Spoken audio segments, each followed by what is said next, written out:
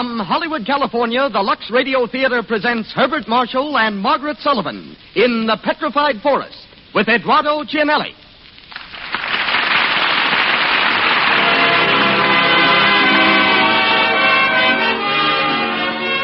Lux presents Hollywood. Week after week, these programs come to you, ladies and gentlemen, because week after week you make them possible through your loyalty to our products. And the Lux Radio Theater is the means our sponsors take of showing you their gratitude. Starring for you tonight are Herbert Marshall, Margaret Sullivan, Eduardo Cianelli, and Donald Meek. You will hear from two special guests, Charles J. Smith, Superintendent of the Petrified Forest National Monument, and Nick Janios, manager of that famous movie restaurant, the Café de Paris, at 20th Century Fox Studios. Our music is directed by Louis Silvers, with our entire production in the hands of that master showman, ladies and gentlemen, Mr. Cecil B. DeMille.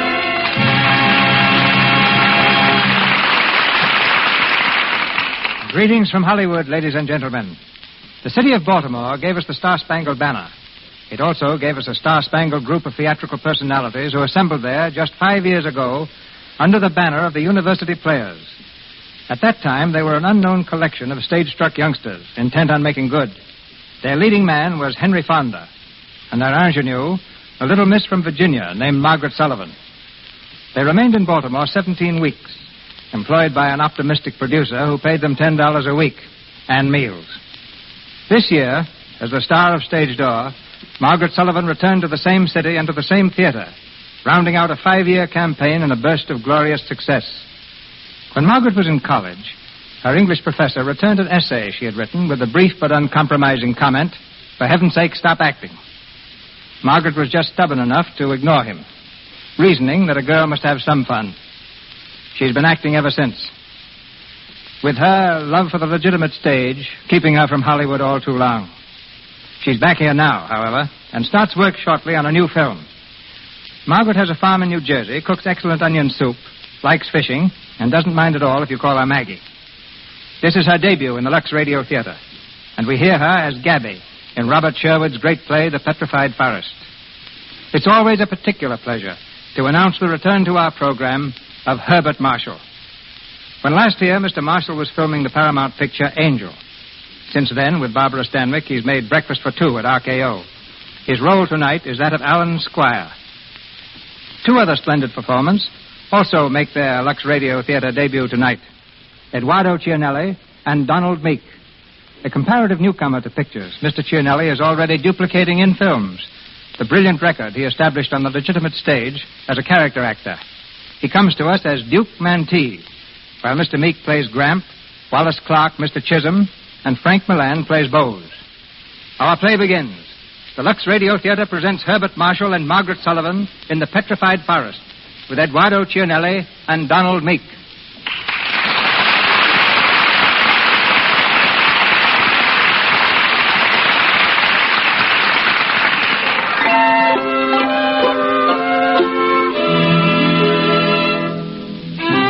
A little town in Arizona on the edge of the desert. It's a few minutes before noon, and the First National Bank is the scene of the usual midday activity. There's a line at the teller's window and a general quiet hum of conversation. Suddenly, the front door is thrown open, and 4 men stand in the doorway, leveling machine guns. Stand where you are, everybody! Cut that game off. Shut up! This is a stick-up, folks. Now, everybody just stand still and you won't get into no trouble. This is Duke Mantee here, and he don't take no fooling. Now mind the gap. Get that door back there. Cover the door, Hank. And don't let anyone in. Okay, Duke. Got the door, Jackie? It's in the drawer. Open up, you. I'm speaking to you, Teller. Open it up yourself. Why, you... Don't argue with him. Open it. Let me give it to this wise guy, will you? I'll take care of him myself.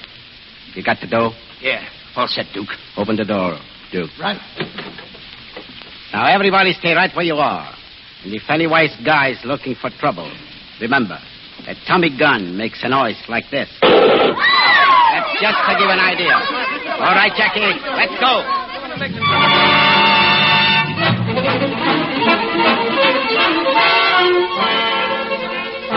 Calling State Police, Arizona State Police. Duke Mantee last reported to be heading west on route number 66. Be on the lookout for a blue sedan bearing Oklahoma plates. Be careful, these men are armed. Warn motorists to avoid all roads in and about Petrified Forest area. That is all. Warn all motorists. That's me, I guess. Maybe I should have been a little bit more careful about picking you up, brother. If you mean I'm happy Duke Mantee, you can set your mind at rest. I'm not. No, you don't look it exactly. But you're right, of course. That was a lonesome spot back there. I hadn't had a lift for hours. Oh, well, I took a pretty good look at you first. And my honest confidence won the day. Well, I don't know as you look so pesky honest. I just figured I was a match for you. My name's Jones. Thank you. Mine's Squire. Hitchhiking, huh? That's right. Where are you from? Well, if you mean originally, it's England. If you mean hitchhiking, I started in New York. And so? You looking for work? Well, yes and no. What line of work you in? None just now. I have been at times a writer. A writer, huh? Well, you won't find much to write about in these parts. Unless you happen to run into Duke Mantee. Which I sincerely hope I do not. How far are you going, Mr. Squire?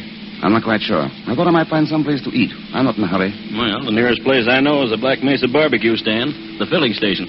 The Black Mesa barbecue. Instructive but not illuminating. Just where is it? Well, I'm going within a couple of miles of there. I'll show you before I drop you.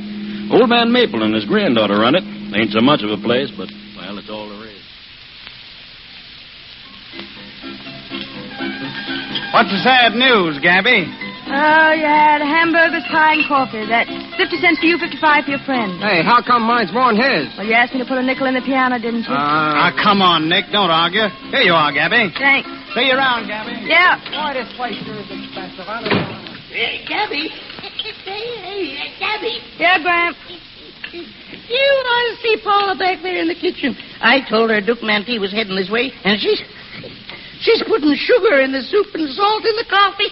She's scared. Oh, you oughtn't to scare her, Gramp. She's a bad enough cook as it is. Oh, she's all right. When do I get my dinner, Gabby? As soon as I can get around to it. Change to 20, Gabby. Lady wants a pack of cigarettes and take out for 15 gallons of gas. What kind of a car is out there, Bose? It ain't Duke Mantee. Well, now, maybe somebody they might have heard about him. I'll take the change out, Gabby. Yeah. Don't forget to turn on the radio at 7 o'clock now and get the news. How's it going, Gabby? Oh, all right. Not so good outside. 10 customers all day. If it gets much worse, you can fire me and handle the pump yourself. Are you satisfied? Hey, Gabby, come outside and sit with me a while, will you? Not just now. I've got things to do. Oh, you've always got things to do when I want to talk to you. Well, to tell you the truth, I want to read. I haven't had a minute to myself all day. That book there? Yeah. Let's see it. It's nothing that would interest you. How do you know? Oh, poetry. The shapely, slender shoulders small, long arms, hands wrought in glorious... Oh. I told you wouldn't like it. Do you? Sure. It makes me forget where I am. You sure hate this place, don't you? Well, I didn't like it much when I first came. Then why do you stay? You ought to know that, Gabby. You can call me a sap if you want to, but I'm falling in love with you. Yeah? Have you ever been in love before? No. Have you ever said you were? Why, sure, lots of times. Did they believe you? Well, certainly they did. But I couldn't fool you, Gabby. I wouldn't want to. Don't you like me at all? Sure, I like you. But not much? Some. Enough for you, not enough for me. What's the matter with me, Gabby? Nothing. Those... Why do you wear that football jersey? Huh? Number 42. You're proud of it, aren't you? Well, I was pretty good back in college. Why, Oh, yes, I get it. I'm just another rah-rah boy, huh? No, you're all right, Bose.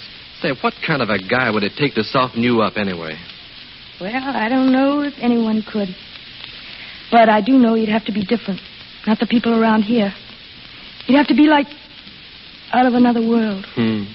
You're crazy, you know. Gabby, couldn't you pretend I was that fella and kiss me once? Sorry. Oh, come on, Gabby. Stop it, Bose. Oh, listen, Let baby, go. Good evening. Oh, good evening. Can I get something to eat? Yeah, Miss Maple here will take care of you. Thank you. You can sit down right over there. Here's a bill of fare. It's kind of grimy, but the food's clean. Well, what do you think you'd like? Hamburgers, steak? I'll leave that to you. Okay. Customer Bose. Bose. All right. By the way, where am I? Black Mesa. And it's even more dreary than it sounds. Where are you planning to go? My plans have been uncertain. Oh, just bumming along? Call it gypsying. I had a vague idea that I'd like to see the Pacific Ocean. And perhaps drown in it. But that depends. Where'd you come from? Quite a long way, Miss Maple. Is that the name? Yeah, that's it. You're English, aren't you? Call me an American, once removed. Why? I could tell you didn't belong around here. Is that a compliment? Sometimes I'm afraid I don't belong any place. I'll go get your dinner.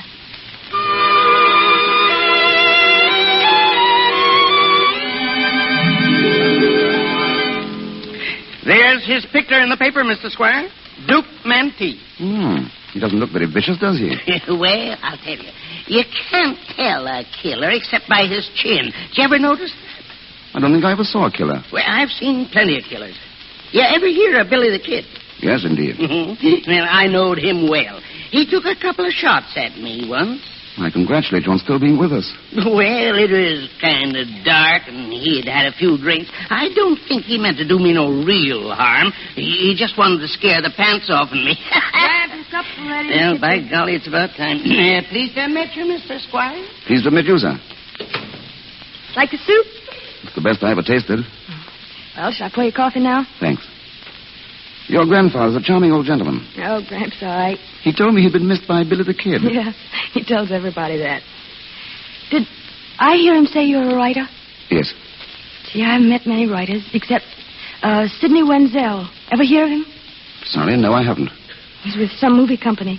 He stopped here once on his way to the coast and handed me a lot of baloney. Said I ought to be in Hollywood. When I got there, to be sure to look him up. Gosh almighty, they never mean it. No, they never mean a thing. So you want to go into the movies? Oh, Lord, no. I want to go to Bourges. Where? Bourges, France. That's where I came from. You're not French. Partly. I was born in Bourges.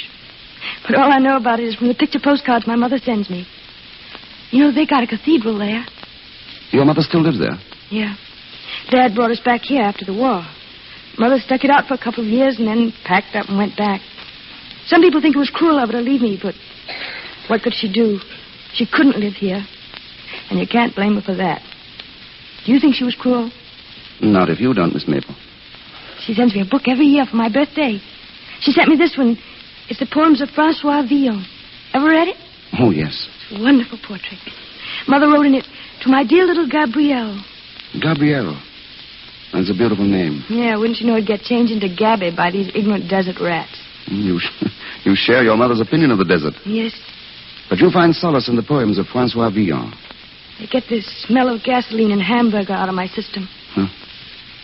Would you like to read me one of those poems, Gabrielle? You mean now? Read me the one you like best.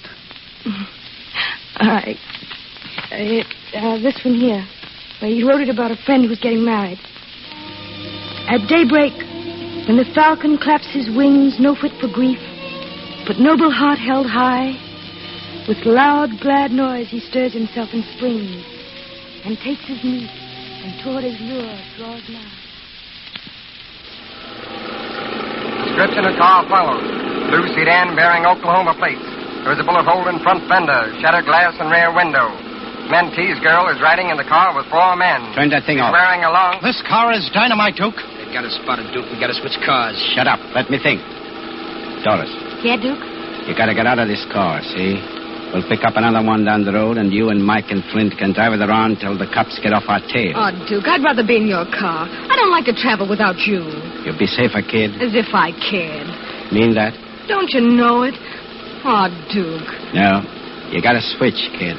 We'll get rid of this car, too, as soon as we get a chance. We'll meet you later. Where, Duke? There's a filling station about 10 miles past the crossroads. That's liable to be your hot spot, Duke. Then we'll cool it off. We'll take over the joint and stand off an army. You meet us there, Doris. It's a joint called the Black Mesa Barbecue.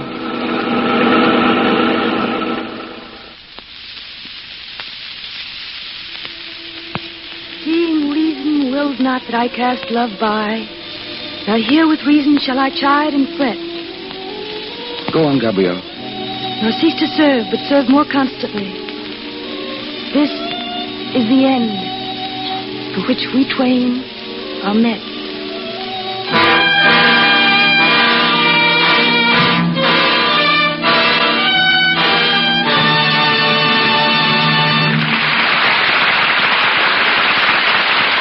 While we are waiting for the second act of The Petrified Forest, starring Herbert Marshall and Margaret Sullivan, let's stop in for a moment at a house on Franklin Avenue where a smart young secretary lives with her mother.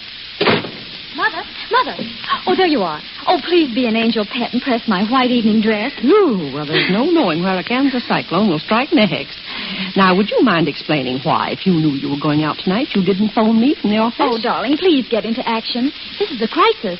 I'm going dancing with the boss's son. Really? And I couldn't call you because I was taking dictation all afternoon. And now I'm a little frazzled around the edges. I won't have time to do the dress My myself. dear, you do look tired. Why don't you take a little nap? You'll feel so much better. Nap? Oh, I haven't the time. Anyhow, I know something better and quicker. I'll just pop into a Lux toilet soap bath. Well, I don't know. I should think that if you... Oh, don't worry, Mother. My Lux toilet soap bath really does refresh me wonderfully. Leaves me feeling full of pep. Well, you certainly always do look lovely when you go out. Oh, you're just an old flatter. Well, anyway, there's another thing my Lux toilet soap bath does for me. Its active lather is a wonderful way to protect daintiness.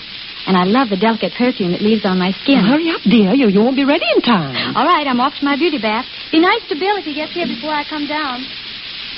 Mr. DeMille takes us back to our play. Herbert Marshall, Margaret Sullivan, Eduardo Cianelli, and Donald Meek continue with The Petrified Forest.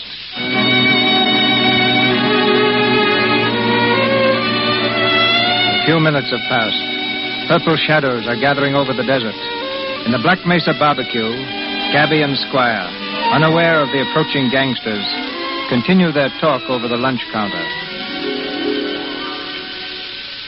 And that's why you want to go to France, for understanding. Yes, and I will go there someday when I have the money. I hope I won't be too old. I dream about it all the time. Bourges. There's something beautiful to look at, and wine, and dancing in the streets. If I were you, I'd stay here, Gabrielle, and avoid disappointment. You see, I've been to France. Oh, what were you doing, writing books? No, planning to write books. You see, I married. My wife supported me. Oh. Oh, please, don't think too ill of me. I once actually wrote a book. What was it, fiction? In a sense. It was a novel. Not very successful, I'm afraid. It cost my publisher quite a lot of money. It also cost him his wife. You see, she divorced him and married me. She saw in me a major artist who only needed a background to bring him out. She gave it to me with a fine view of the Mediterranean. For 8 years, I reclined on my background, waiting for the major artist to step forth and write. But he didn't. And you've left your wife now? Yes. I'm glad of that. I left her at her own suggestion. She had taken up with a Brazilian painter, also a major artist. Then I decided to go forth and discover America. What were you looking for? Well, that's rather hard to say. I suppose I've been looking for something to believe in, hoping I'd find something worth living for, something worth dying for. And what have you found? Nothing as interesting as an old man who was missed by Billy the Kid and a fair young lady who reads Villon. I do other things that would surprise you. I'm sure you do. I wouldn't tell this to everybody. I paint pictures. Oh, could I see them? Oh, I never let people see them. I don't get kidded. They're kind of crazy pictures. Oh, please let me see them. Perhaps it's my mission to introduce you to posterity as an American genius. Are you kidding me? No, Gabrielle. I've never kidded anybody outside of myself.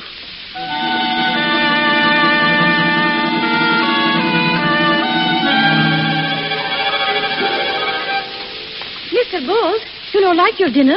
What? You don't like your dinner, Mr. Bowles? Oh, sure, Paula. I always like what you cook. Well, but you know it. Well, I'm just not as hungry as usual. Well, you sit and look at that door. And you look at that door. Oh, come on. You eat your dinner, eh? What do you suppose they can find to talk about all this time? Oh, don't you worry. Eat your soup. He'll be gone soon, and you'll have her all by your lonesome again. Well, you can't go too quick for me.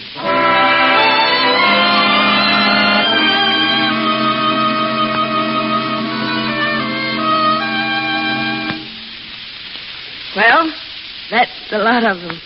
They're terrible, aren't they? I don't know. What made you paint with these extraordinary colors? I don't know. It's just the way I feel and see. Are they any good? I tell you, Gabrielle, I can't say. I'm tremendously impressed. Gee, I bet I could improve if I could get to France. You know, they've got some of the finest art schools in the world there. Don't you realize? There are probably thousands of artists in France today who are saying, I'd find a really big theme for my canvas if I could only get out to Arizona. Yeah, I know. They say the desert's full of mystery and it's haunted and all that. Maybe it is, but there's something in me that makes me want something different. Maybe it's the French in my blood. I wonder. Would you like to marry a Frenchman? No, I don't want to marry anyone. I want to be free. Always. Well, how about that stalwart youth outside there in the football jersey? When I came in here before... Oh, he was trying to kiss me. That's nothing.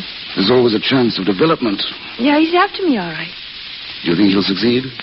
Well, I haven't decided yet. What do you say? Don't ask me, Gabrielle. But you ought to know something. You've seen a lot. I don't know anything.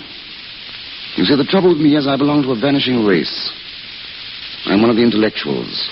That means you've got brains. Yes, brains without purpose. No aim. But you must have some kind of a purpose. Where are you going from here? That depends where this road leads. Oh, it leads to the Petrified Forest. It's a gloomy old place full of dead trees that have turned to stone in the desert. The Petrified Forest?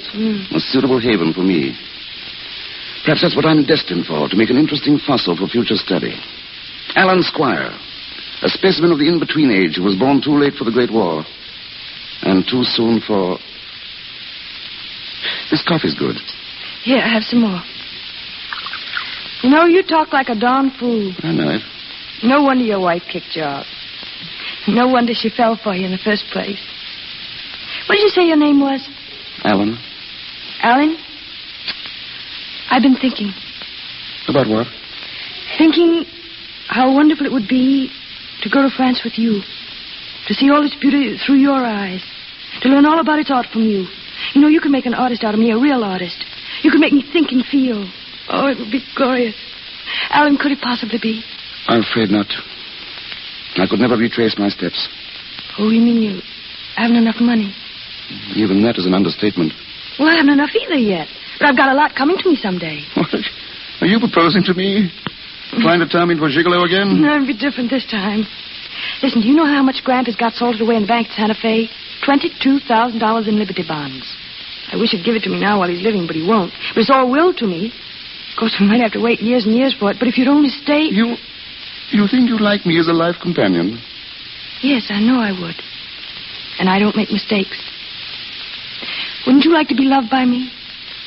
Yes, Gabrielle. I should like to be loved by you. You think I'm attractive? There are better words than that for what you are. Then so you'll stay, Alan. You haven't anything else to do. No, that's just it. You couldn't live very long with a man who had nothing to do but worship you. That's a dull kind of love, Gabrielle. It's the kind that makes people old too soon. But I thank you for the suggestion. You give me something wonderful to think about during my lonely wanderings. I'll think of the chimes of Bourges. And you. Oh, you mean you're going now? Yes. Well, I can't stop you. No, Gabrielle, you can't. But you can do me one great favor before I go. Would you mind very much if I kissed you goodbye? No, I wouldn't mind. You would understand that it would be nothing more. Yes, I'd understand it. Just a kiss. That's all. That's absolutely all. Gabrielle. So, that's what's been going on in here. Who do you think you Lay are? off him, Bose. Just because she's cute and sweet, you thought you could get fresh, huh? He didn't get fresh. He only wanted to kiss me goodbye. Yes, the impulse is rather hard to explain, but You needn't wait to explain. Just pay your check and get out. Very well. How much do I owe, Miss Maple? 30 cents. He's been eating all this time and only ate 30 cents? Keep quiet. 30 cents, eh? That's very reasonable indeed. But that brings us to another embarrassment. I haven't got 30 cents. I haven't anything. Oh, you haven't, huh? What have you got in your pack there? Shirts, socks, a passport, an insurance policy. And you thought you could pay with a kiss, did you? Why, Take your hands off him, Bose. There's a car outside. See what they want. Good evening. Good evening. We'd like some gas and oil, please. All right, Bose. How much? My chauffeur will tell you. That's nice of him. Oh, and I'd like some cigars, please. Don't forget the cigarettes, George. Oh, yes, dear. I know. How far is it to the Phoenix Biltmore, young lady? Oh, about 200 miles. I imagine we can make it by midnight. Well, goodbye, Miss Maple. Oh, just a moment, Alan. Excuse me, sir. What? Would you have room in your car for another party? Well, who is it? This friend of mine, Mr. Squire. He's on his way to the coast. He hasn't a car just now. He's an author. Have you any luggage? Just this rucksack on my back. Oh, wait a minute. Joseph. Joseph! Yes, sir? Something you want, sir? Well, do you think it's all right to give this man a lift to Phoenix? I'm not carrying any concealed weapons. Do you mind if we verify that? Not at all. Go right ahead, Joseph. Yes, sir. Well, I guess he's all right, Mr. Chisholm. Oh, very well. Well, I'm glad to have you with us. Hurry up, please. Oh, come on, dear. Well, I've been waiting for you. Well, thank you, Miss Maple. I'll remember your kindness. Oh, just a moment. I forgot to give you your dollar change. Oh. Oh, no. I wanted you to keep that. Sorry, but tipping is un-American. We don't allow it. Go on, take it. Thank you. I suppose I'll never see you again, Gabrielle. No. That's the way it is in a gas station. They come and they go. But somehow or other, I'll repay that dollar. Lord knows when. Perhaps we'll run into each other someday in Bush. Perhaps. Goodbye, Gabrielle. Goodbye, Alan.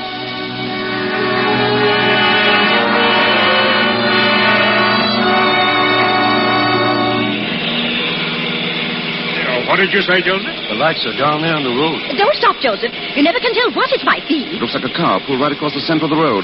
I'm afraid it'll have to stop. Stop. Stop, you fool. There's a man there. 3 of them. Shut up, lady. All right, folks. Hop out, and you won't get hurt. I say, what do you think you're doing? We are borrowing your car, mister. And no cracks either. Stay Go over on. there. Stay over there now. All right, Jackie. Hank, get in. Thanks, folks. So long.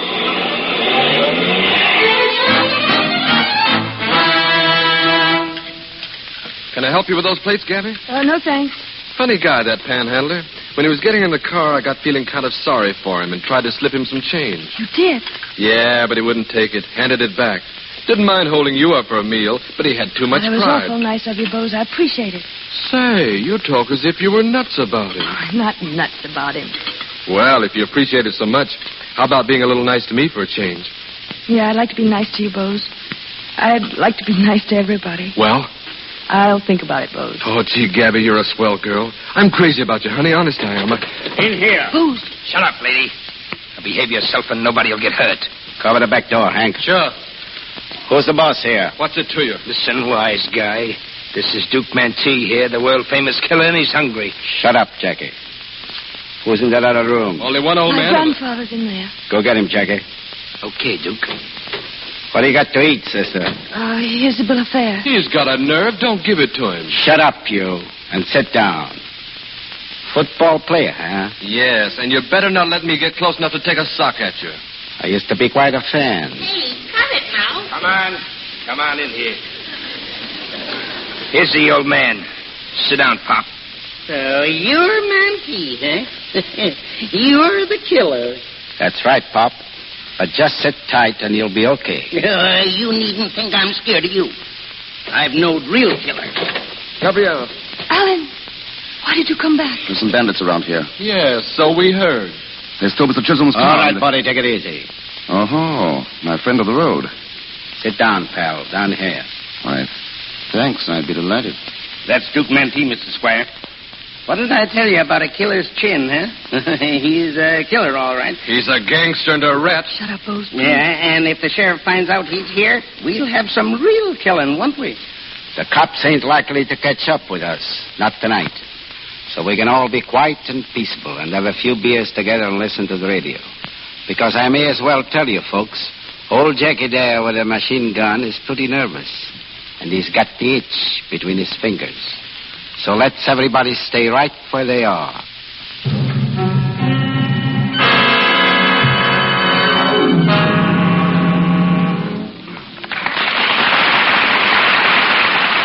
We pause for station identification. This is the Columbia Broadcasting System.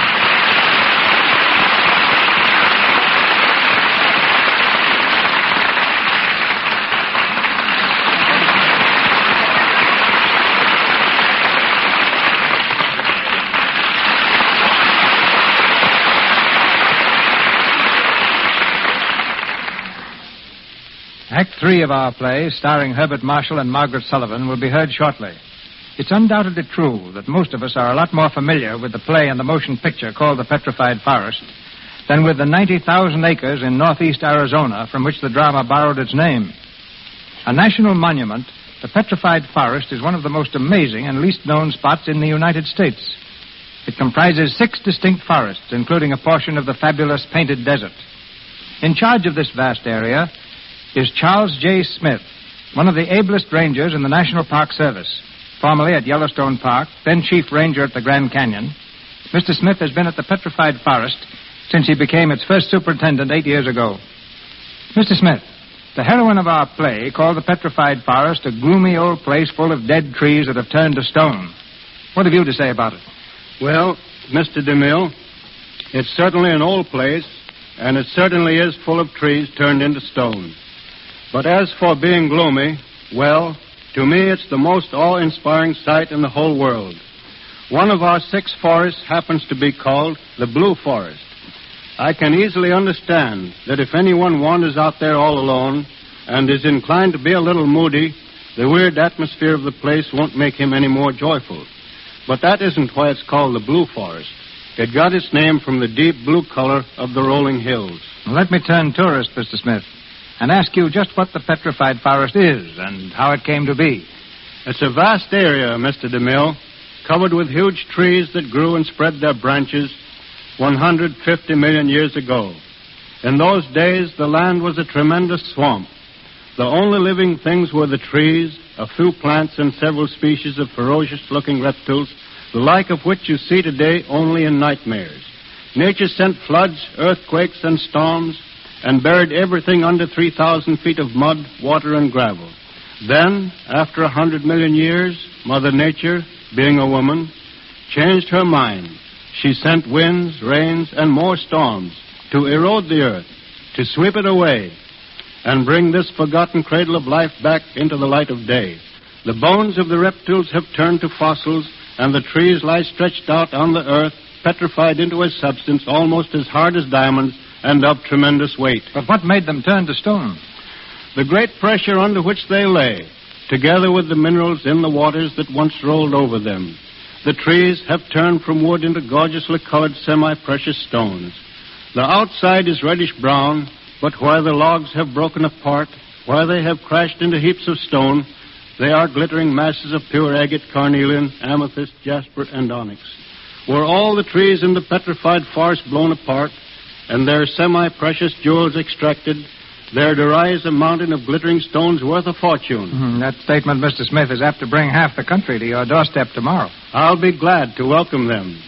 But they'll soon learn that no one is allowed to carry off samples and that the grounds are closed and carefully patrolled at night. Yes, it's a strange, weird place. Like the Blue Forest, the second forest has its own peculiar characteristics.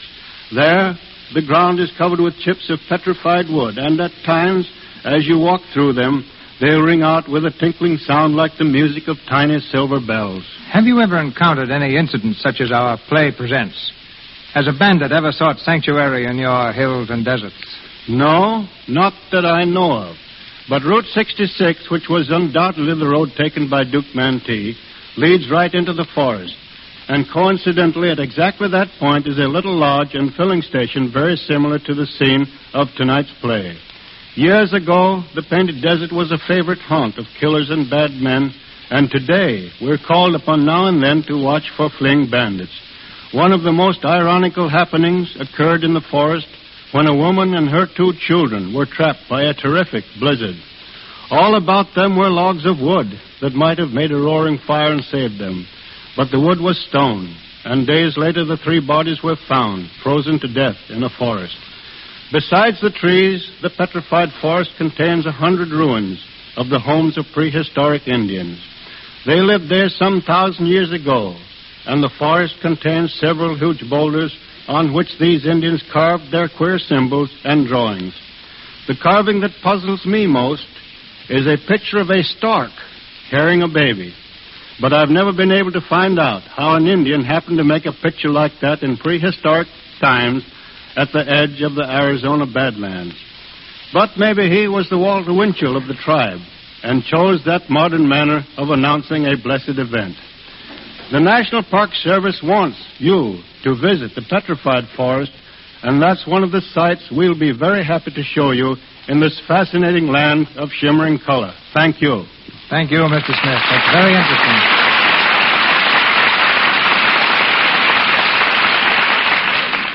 The Petrified Forest, starring Herbert Marshall, Margaret Sullivan, Eduardo Cianelli, and Donald Meek.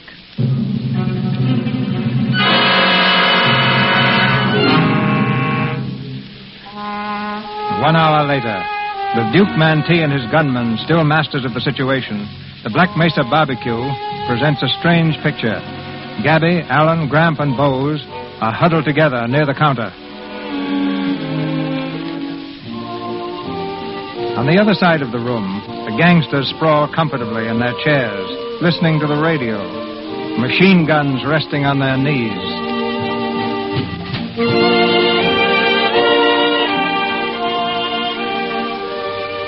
Hey, Duke. What do you say we lay him out of here? Not yet. We gotta give him time to get here. Maybe they got lost. Not Doris. Well, I wish he'd show up. Waiting for a girl, huh? Sit down, halfback, and sit still. I'd hate to see anything happen to you. Let something happen. Let there be killings. All evening long, I've had a feeling of destiny closing in. Do you believe in astrology, Duke? I couldn't say, pal. I don't normally.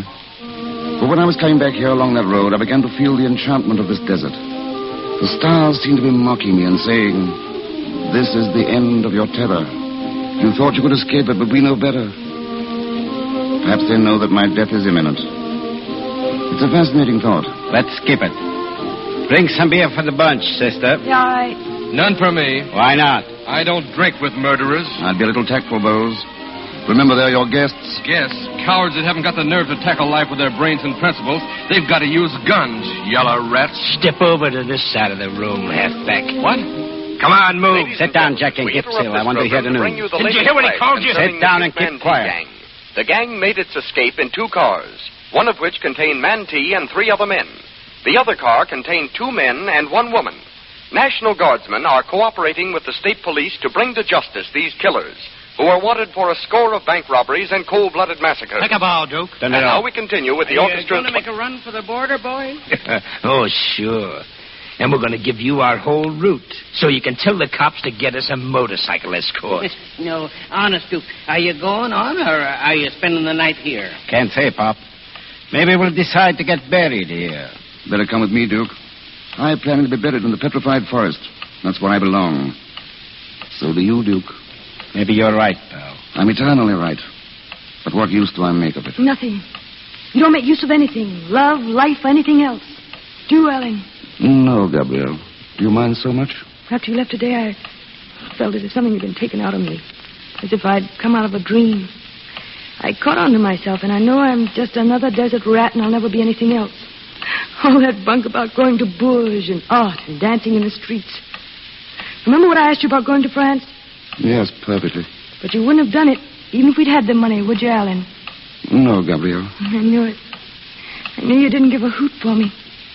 Somehow it only made me love you more. What are you saying, Gabby? That I love him. Why shouldn't I say it? Why shouldn't he know it? We'll all be dead tomorrow morning. You don't mean it, Gabrielle. She can't mean it. Well, I do. I'm sorry now that I came back. When I went out before, it was a charming ending to a romantic moment. Now it's spoiled. Well... Sit down, pal. What do you care whether I stand or sit? I got to think about my health. Sit down. If I had a machine gun, I wouldn't know what to do with it. I want to talk to Gramp. Me? Yes. Those Liberty bonds of yours, buried in Santa Fe. How did you know about him? I told him. What are you going to do with them? Leave them right where they are. Yes, leave them where they are. Your granddaughter is suffocating in this desert when a few of your thousands will give her the chance to claim her birthright. Yes, and maybe give you the chance to steal it. Hanging on to your money as though it meant something. That's a low way to justify your miserliness. Why don't you die and do the world some good? Shut up, you. What do you mean, talking to an old man like that? Hey, Duke, there's 3 people coming down the road. Looks to me like them people we took the car from. Okay, Hank. Get outside and take a look. Okay. You too, Jackie. Sure. Duke, I was guilty of bad taste, and I apologize to Mr. Maple. Oh, sure. He must be drunk. You'd better crawl, or I might have to put the lug on you. Talking to an old man like that. Get out of the way. Let me look out of that window. Put him up. Rose. Now I've got you where I want you, Mantee. I've been waiting for a chance to grab your gun. Yeah? And wouldn't you be surprised if Jackie was leaning in that window behind your back, ready to fill you full of holes? What? Oh! Thanks for turning your head, halfback. And thanks for returning the gun. He got me in the hand. That doesn't matter, but I muffed the chance to kill him. It was a good try, college boy. Come on, keep moving. This is outrageous. Here they are, Duke. It's the same bunch, all right. I frisked them. They're harmless. I don't know what frisk means, but he pawed us all over. Come on, step on it. Sister, Yep. take the halfback outside and bandage him up. Okay. Go with him, Jackie. Then you might tie him up and leave him there. Sure. Come on, get going. I demand to know the meaning of this. It has no meaning, Mr. Chisholm, has it, Duke? I don't know, pal. But if Mr. Chisholm is a smart guy, he'll sit down quiet to join the party.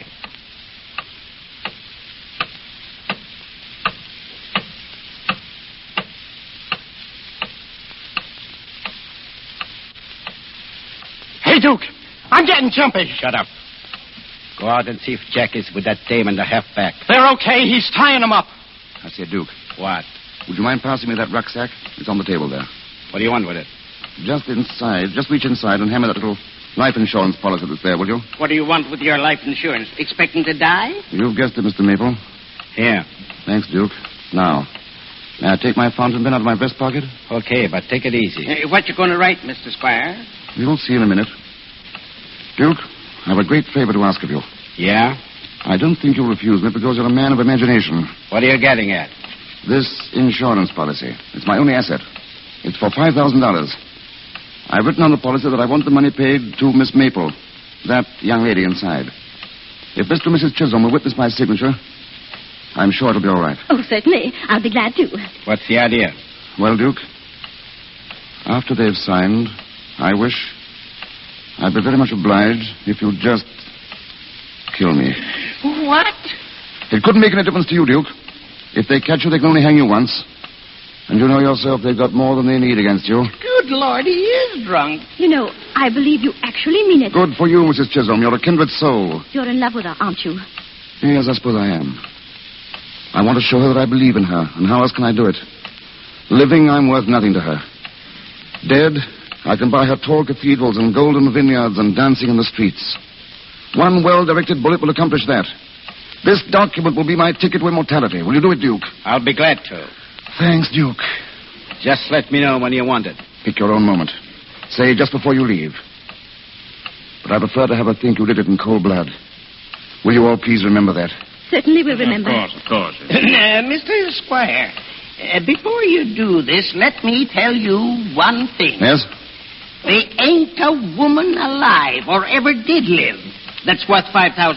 And let me tell you one thing. You're a forgetful old fool. Any woman is worth everything any man has to give. Faith, jealousy, love, hatred, life or death. Don't you see that's the excuse for our existence? It's what makes the whole thing possible and tolerable. Did you hear that, George? Yeah, I heard. Mr. Squire, do you really believe all that? I mean, about women? Of course I do. And there's a man who agrees with me, don't you, Duke? I don't know, pal. I wasn't listening. Then permit me to speak for you. He could have been over the border long ago, but he preferred to stay here and risk his life. And you know why? Why? Because he has a rendezvous with a girl. Isn't that true, Duke? That's it. I guess we're all a lot of saps. But I wouldn't be surprised, pal, if you were the champ. Did you think I was kidding when I said I'd be glad to knock you off? I hope neither of us was kidding. Did you think I was? I just wanted to make sure. You're all right, pal. I'll try and fix it so it won't hurt. You're all right, too, Duke. Thanks.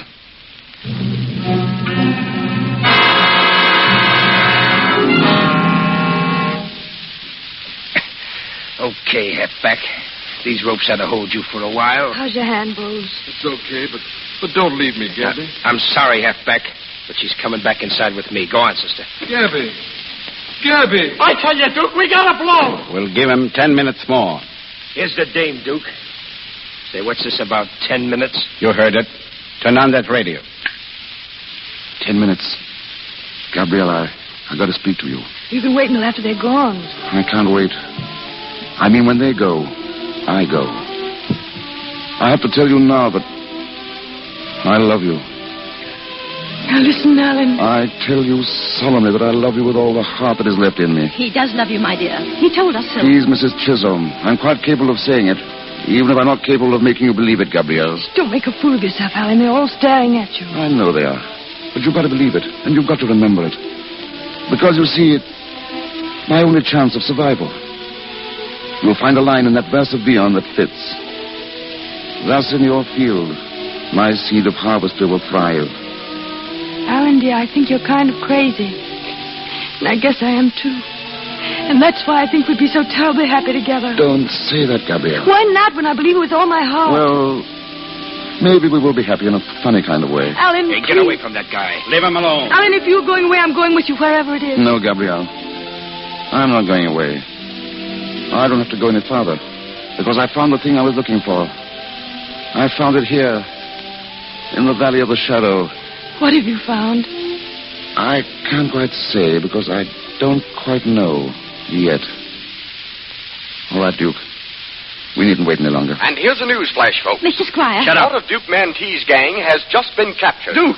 Just outside the Petrified Forest area, a car containing 2 men and a woman ran into a party of state troopers. From information given, the arrest of Mantee and his henchmen can be expected at any moment. Turn it off. Keep tuned into this station. Doris, she squealed. Shut up. Let me think. Shut up. Let me think. No, Duke.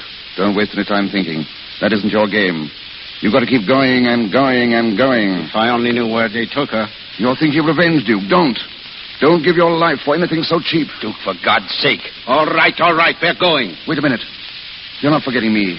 Listen! It's the cops! That's me at that window. They're surrounding the whole joint. Looks like it. Fix the G. Hicks, lay low. Listen in there. Are you coming out, or do we come in and get you? We're talking to you, Duke Mantee. Come in and get it, you dirty lout. Get down, you fool. You're staying here till we get a break. Mantee, you have no right to endanger the lives of innocent people. You folks better get down on the floor. Lie close together here in the middle. Here, let me help you grab. Right. Come here, Gabrielle. Where is the light switch? To the right of the door. Turn them out, Jackie. How many are there of you, Duke? 6 or 7. Nothing to worry about. Gabrielle. Yes, Alan. It's an inspiring moment. United States of America versus Duke Mantee. There goes the neon sign. It almost restores in me the will to live and love and conquer. How do you feel about it, darling? I don't know, Alan. And I don't care. Alan, when you get to France, what do you see first? The fields and forests of Normandy. And then... What, Alan? And then Paris. Paris, that's the most marvelous place in the world. All places are marvelous when you've someone to love. Even here? Especially here, darling. As long as I live, I'll be grateful to Duke Mantee. Alan, will you please kiss me? Oh, Gabby. Gabby, darling. All right, boys. We're on our way. Get out the back way and grab the car. Now it's going to be all over. Not for us, Alan, never. You better stay where you are, folks, for a while. Come on, Hank. Duke, wait. Alan, keep down. Duke, you promised. Get out of my way. You can't go. You know what you said. Get out of my way, or I'll... Yes. Duke, yes. You still want it? No matter whether I want it or not, you've got to. Okay, pal. Here you are. Ah! Come on, Duke! He missed it. Alan, look at me. Grab, get Rose, quick. Tell him to get a doctor. Hurry. I will. Alan. It doesn't hurt. Or at least it doesn't seem. Went into this lung, I think. Oh, it's all right, darling. Gabby, Move, Grant. Somebody come quick. They were right, Gabrielle. The stars, I mean. I had to come all this way to find a reason.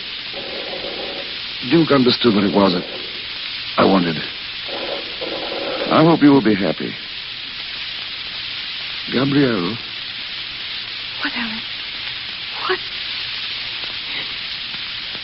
Oh, don't worry. I'm not going to be a crybaby. No matter what happens, I'm not.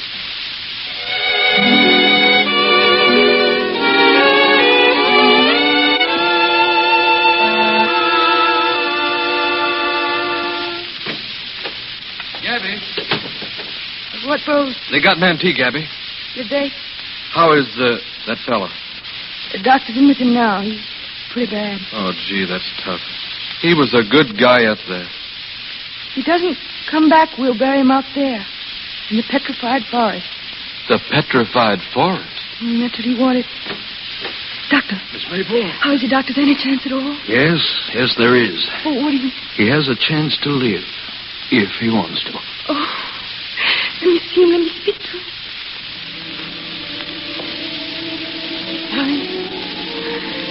Alan, dear, can you hear me? Gabrielle. Alan, you're going to live. Do you understand? You're going to live, Alan. No, Gabrielle. The stars ordained it. No, the stars have gone. It's morning, darling. Is it? Alan, listen, you must want to live for me. Don't you remember you said you wanted to? Oh, please, Alan, please, darling, don't leave me. No. No, Gabrielle. I won't leave you. Oh, darling. Remember, the poem. Thus in your field my seed of harvester will thrive. For the fruit is like me that I set. God bids me tend it with good husbandry. This is the end for which we twain are met.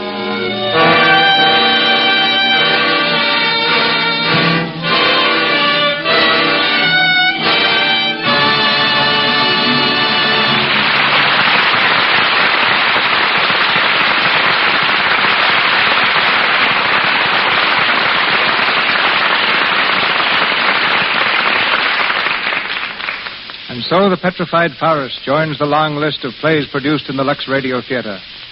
A little later, we'll hear again from Herbert Marshall and Margaret Sullivan. Now for a little visit behind the scenes of Hollywood. Most of the action of our play centered in a restaurant, a stopping-off place at the desert's edge. There's another kind of restaurant here in the film capital, equally individual. Although it's one of our finest dining places, it's never seen nor patronized by the general public. It's the Café de Paris at 20th Century Fox Studios, maintained to please the players, executives, and distinguished visitors. In command is Nick Janios, a Greek, who first learned the favorite foods of the stars by managing the celebrated Brown Derby. Nick feeds the stars not only at mealtimes, but during production, too, for it's part of his job to supply the food seen in pictures.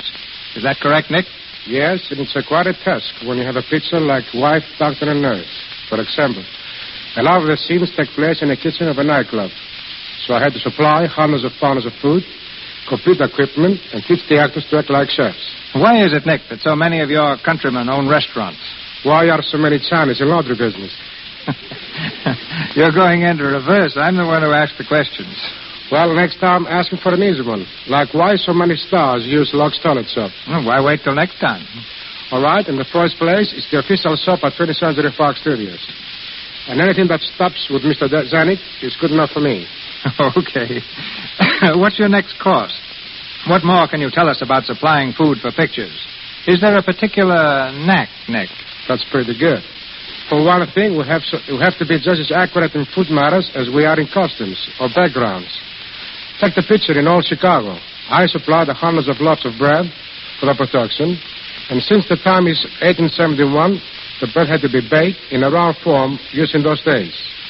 In the Rich Brothers picture, Life Begins in College, Harry Rich has a scene in which he impersonates a girl. You see him powdering his nose, and then you see him eating the powder puff. No, Harry isn't crazy. In fact, he's pretty smart. But powder puff is really sponge cake with sugar coating. Harry, by the way, ate about 40 such a powder puffs. What do the other stars like when they're not dieting? Walter Windsor and Warner Baxter can be very happy with some seafood. Simon and Loretta Young like lamb chops. Charlie Chaplin is delighted with a plain jelly sandwich and a cup of tea to dunk it in. I saw Walter Cutler eat 4 lobsters at one sitting, so I guess Walter Cutler likes lobsters. Mr. McLaughlin isn't particular what he eats, as long as there are 2 portions of it. What about your smallest patron, Shirley Temple? There's my pal. Shirley and I once went into business together. She had saved $11 in a penny bank and decided to go into a pie business. I supplied the pies, 20 of them, about as big as a pancake. Shirley brought them onto the set in a pie wagon, which she called a factory. She sold them out and made $1.40. And that's where this cook stew comes to an end. Many thanks. Thanks to you, Nick.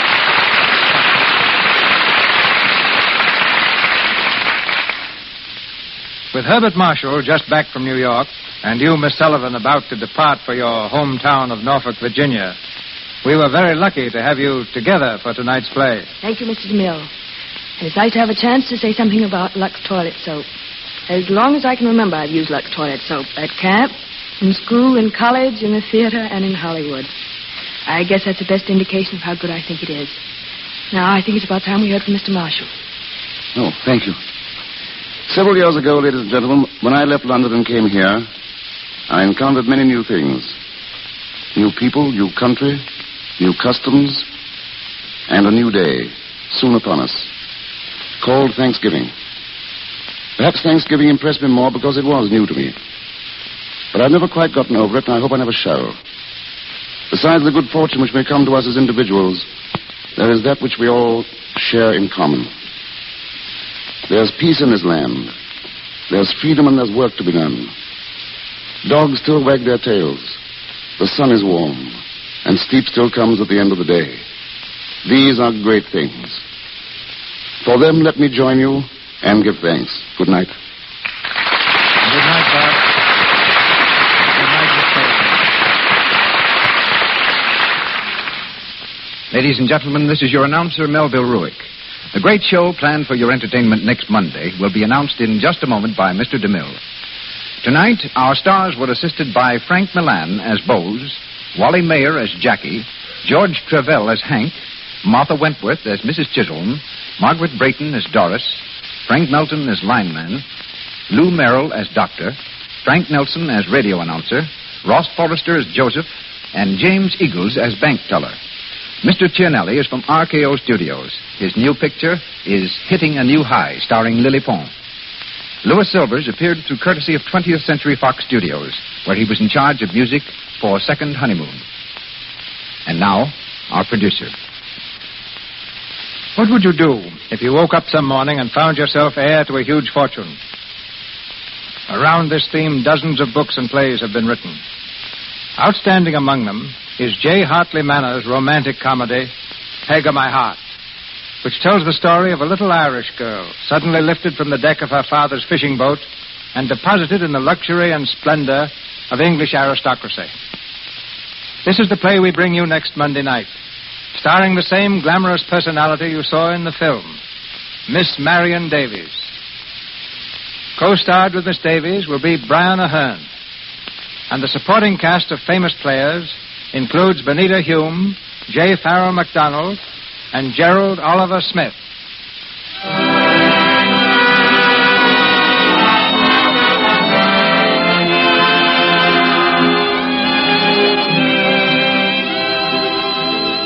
Our sponsors, the makers of Lux Toilet Soap, join me in inviting you to be with us again next Monday night when the Lux Radio Theater presents Marion Davies and Brian Ahern in Peg o' My Heart with Benita Hume.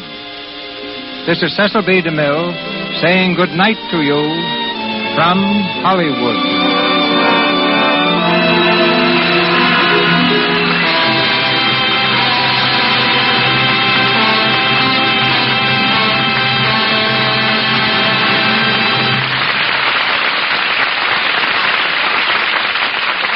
This program, ladies and gentlemen, came to you with the good wishes of the makers of Lux Toilet Soap, the beauty care preferred by 9 out of 10 Hollywood stars. Join us in the Lux Radio Theater every Monday night. Be part of the large audience that gathers weekly from coast to coast to listen to Hollywood's famous performers and the personalities behind the scenes of motion pictures. And now, our sponsors, staff, and all our cast join me in wishing you all a very happy Thanksgiving. This is the Columbia Broadcasting System.